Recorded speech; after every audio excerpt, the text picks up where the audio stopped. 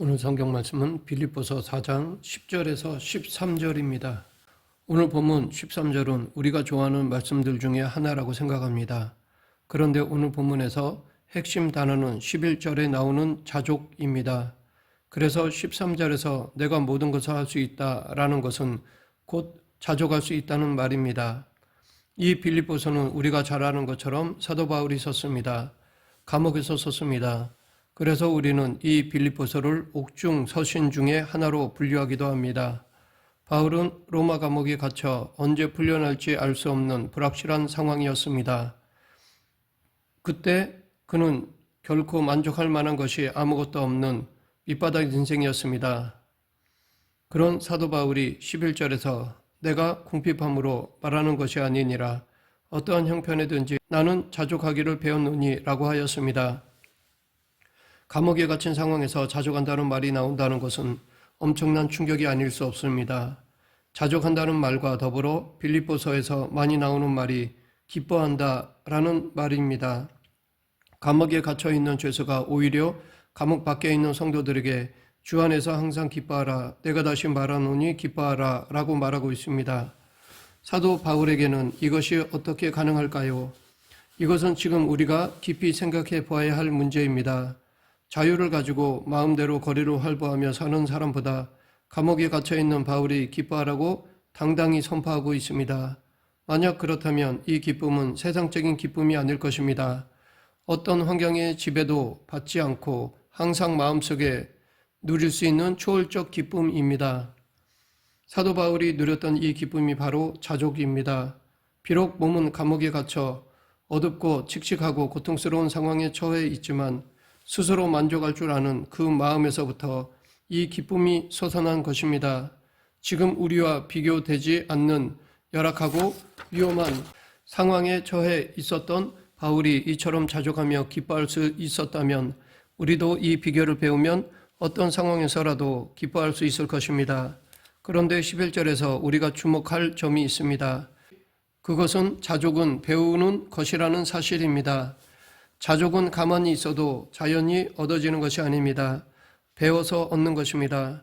그렇다면 사도 바울도 이 자족하기를 배우기 전에는 자족할 줄 몰랐다는 말이 됩니다. 사실 인간은 본성적으로 자족할 줄 모릅니다. 만족이 없습니다. 아무리 원하는 물건을 사더라도 조금 지나면 또다시 만족을 못하고 다른 것을 원합니다. 아무리 원하던 일을 하더라도 조금만 지나면 또 다른 일을 원합니다. 이것은 아담으로부터 물려받은 부패한 죄성이 우리 안에 있기 때문입니다. 그러하기에 불평과 불만으로 가득한 채 살아가는 것이 보통이고 작은 것에 감사하며 자족하는 것은 어려운 일입니다. 이것은 마치 갈지 않은 땅과 같아서 가만히 내버려 두면 잡초가 잘 자라는 것과 같습니다. 잡초는 씨앗을 가져다 심을 필요가 없이 가만히 버려두어도 무성하게 자랍니다. 사람의 마음이 이와 같습니다. 불평하거나 원망하는 법을 가르쳐 줄 필요가 없습니다. 가만히 있어도 인간의 마음에는 항상 불평과 원망이 쏟아져 나오게 되어 있습니다. 예수님께서도 마가복음 7장 21절부터 23절에서 사람의 마음에서 나오는 것은 악한 생각, 곧 음란과 도둑질과 살인과 간음과 탐욕과 악독과 속임과 음탐과 질투와 비방과 교만과 우매함이니 이 모든 악한 것이 다 속에서 나와서 사람을 더럽게 하느니라 라고 말씀하셨습니다. 그러하기에 우리는 마음의 밭을 그대로 두어서는 안 됩니다. 땅을 갈고 말씀을 심고 물을 주고 거름을 주며 가꾸어야 합니다. 그래야만 성령의 열매를 맺을 수 있습니다. 결코 가만히 있어도 저절로 참된 그리스도인의 삶을 살 수 있는 것이 아닙니다. 끊임없이 노력하고 애쓰며 마음밭을 가꾸어야 합니다. 매일매일 말씀을 묵상하고 기도하는 것은 우리의 마음밭을 가꾸는 작업입니다. 자족도 마찬가지입니다. 가만히 내버려 두어도 저절로 자족하게 되는 것이 아닙니다. 갈고 닦고 물을 주고 가꾸어야 합니다. 다시 말해 배워야 한다는 것입니다. 자족하는 법을 배우지 않으면 결코 자족할 줄 모릅니다. 그러면 바울은 어떤 방법으로 자족을 배웠을까요? 12절 나는 비천에 처할 줄도 알고 풍부에 처할 줄도 알아 모든 일 곧 배부름과 배고픔과 풍부와 궁핍에도 처할 줄 아는 일체의 비결을 배웠노라. 이 말을 알기 쉽게 풀어보면 나는 가난하다는 것이 무엇인지 알고 부하다는 것이 무엇인지 안다. 나는 잘 먹을 때나 배고플 때나 넉넉할 때나 아쉬울 때나 모든 형편에서 자족하는 비결을 배웠다입니다. 사도 바울은 자신의 삶의 경험을 통해 자족을 배웠다고 하였습니다. 그는 가난을 겪으면서 가난 속에서 자족하는 비결을 배웠습니다. 그는 부요함을 경험하면서 부요 속에서 자족하는 비결을 터득하였습니다. 11절에 배웠노니와 12절에 배웠노라라는 말은 완료형으로 되어 있습니다. 그러니까 지금까지 경험을 통해서 이어지고 있는 행동을 말합니다. 다시 말해 과거부터 지금까지 계속해서 배워왔다는 의미입니다. 비천할 때나 풍족할 때, 배부를 때나 굶주릴 때, 풍족할 때나 궁핍할 때 다양한 인생 경험을 거쳐 오면서 또 환경을 통하여 자족을 배웠다는 것입니다. 지금 우리 자신이 처해 있는 상황을 잘 살펴보면 삶의 형편이 어렵다고 생각되십니까? 그렇다면 우리에게는 어려운 지금의 그 환경이 아주 중요합니다.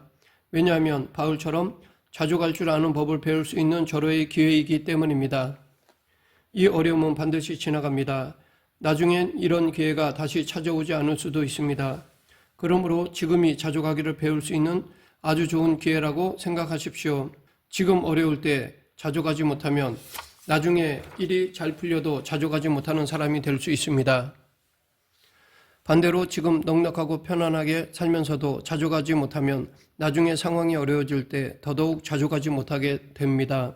사도 바울이 배운 자족의 실제적인 내용을 바울은 비결이라고 말하고 있습니다. 이 비결이 13절 내게 능력 주시는 자 안에서 내가 모든 것을 할 수 있느니라 입니다. 이 말을 바꾸면 나는 어떤 형편에 처하든지 그때마다 내게 능력을 주시는 예수 그리스도 안에서 언제든지 자족할 수 있다라는 뜻입니다. 이 말을 통해 우리는 바울의 자족의 비결을 두 가지로 정리할 수 있습니다. 첫째, 어떤 형편에서든지 자족할 수 있는 능력은 주님이 주신다는 것입니다. 둘째, 그 능력을 받으면 어떤 환경에서든지 자족할 수 있다는 것입니다.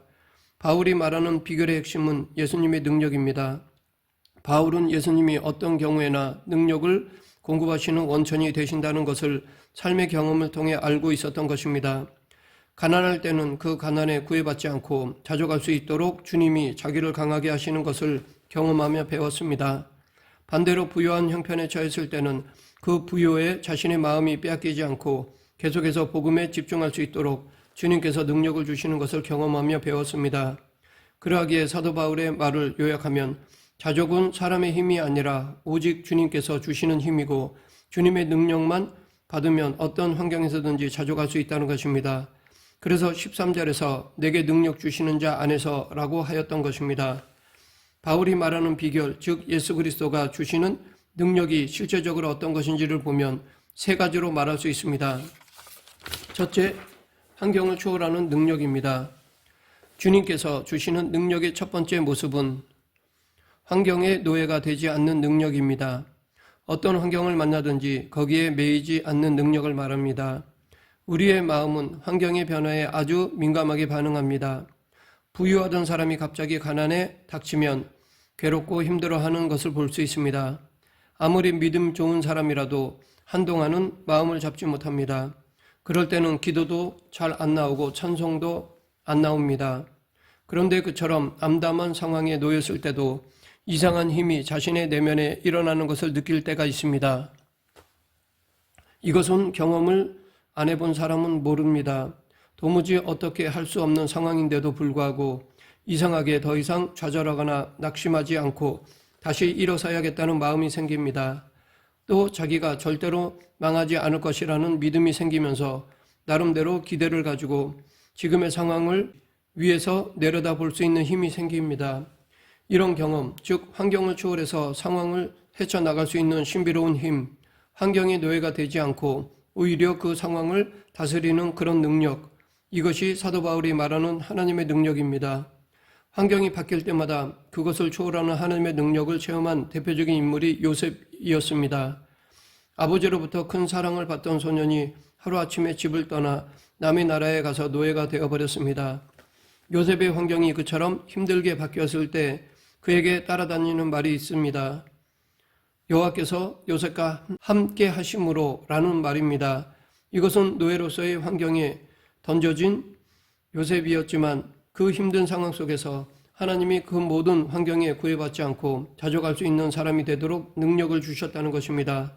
그러나 조금 지나서 요셉의 환경이 또 바뀌었습니다. 억울하게 누명을 쓰고 감옥에 갇히게 됩니다. 그럴 때도 똑같은 말씀이 나옵니다. 여호와께서 요셉과 함께 하심으로 감옥이라는 비참한 환경에 매이지 않고 그 환경을 이길 수 있는 능력을 하나님으로부터 받았다는 것입니다. 이처럼 어려운 환경에 처했던 요셉은 자기의 인생을 포기하지 않았습니다. 사도 바울도 감옥에 갇혀 있었지만 좌절하거나 낙심하지 않고 오히려 밖에 있는 성도들을 향해 주 안에서 기뻐하라고 서신을 보내며 계속해서 복음을 전하였습니다. 이처럼 요셉이든 바울이든 혹은 그 어느 신앙인 사람이든 하늘로부터 하나님이 주시는 능력을 공급받으면 환경을 초월하는 평강을 누릴 수 있습니다. 날마다 환경에 매여 헤어나지 못하는 사람은 비참합니다. 예수님을 믿는 사람이 세상 사람과 다른 점 중에 하나는 환경에 매이지 않는다는 것입니다.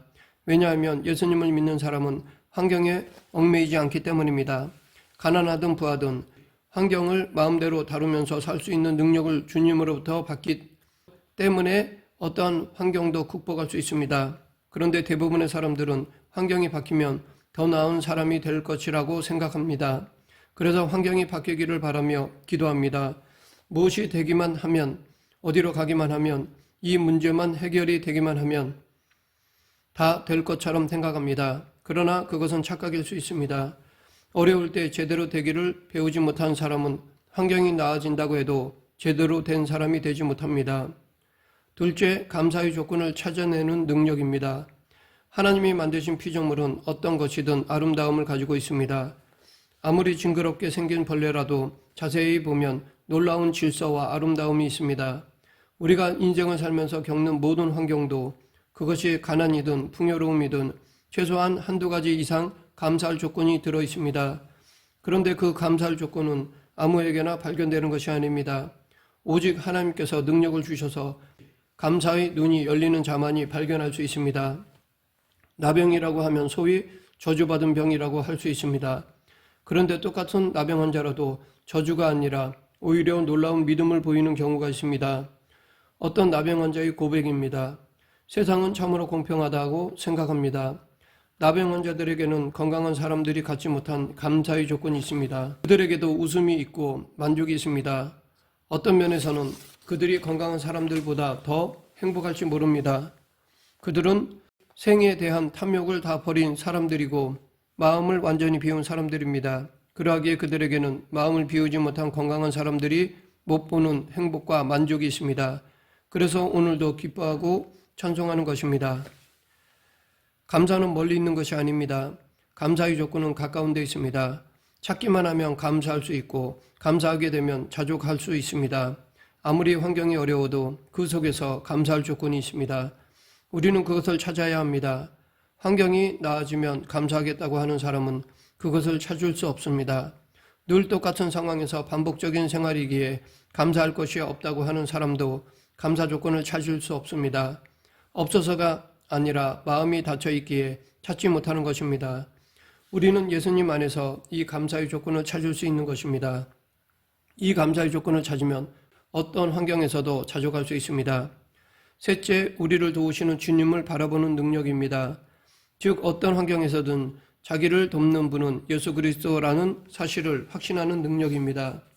우리로 하여금 안심하고 살 수 있게 해주는 것은 돈이나 환경이나 학벌이나 어떤 사람이 아니라 오직 예수 그리스도이시라는 사실을 믿는 능력입니다. 이 능력을 주십니다. 예수님께서도 친히 내가 결코 너를 떠나지 않고 버리지도 않겠다라고 하셨습니다. 우리는 우리의 삶을 마치는 순간까지 우리를 인도하시며 함께 하시는 분이 예수님이심을 늘 기억해야 합니다. 필요할 때마다 공급하시는 분이 예수님이심을 기억해야 합니다. 약할 때 강하게 하시는 분은 예수님이심을 기억해야 합니다. 이 모든 것을 분명히 확신하고 고백하는 능력이 바울이 말하는 일체의 비결입니다. 그러하기에 우리는 무조건 환경을 탓하지 말아야 합니다. 무조건 다른 사람을 탓하지 말아야 합니다. 하나님의 주권을 인정하며 무조건 환경 탓, 다른 사람 탓, 조상 탓을 하며 불평, 불만으로 가득한 삶을 벌여야 할 것입니다. 그리고 예수님께서 주시는 능력을 받아 어떤 환경에서도 자족할 수 있는 비결을 배워야 할 것입니다.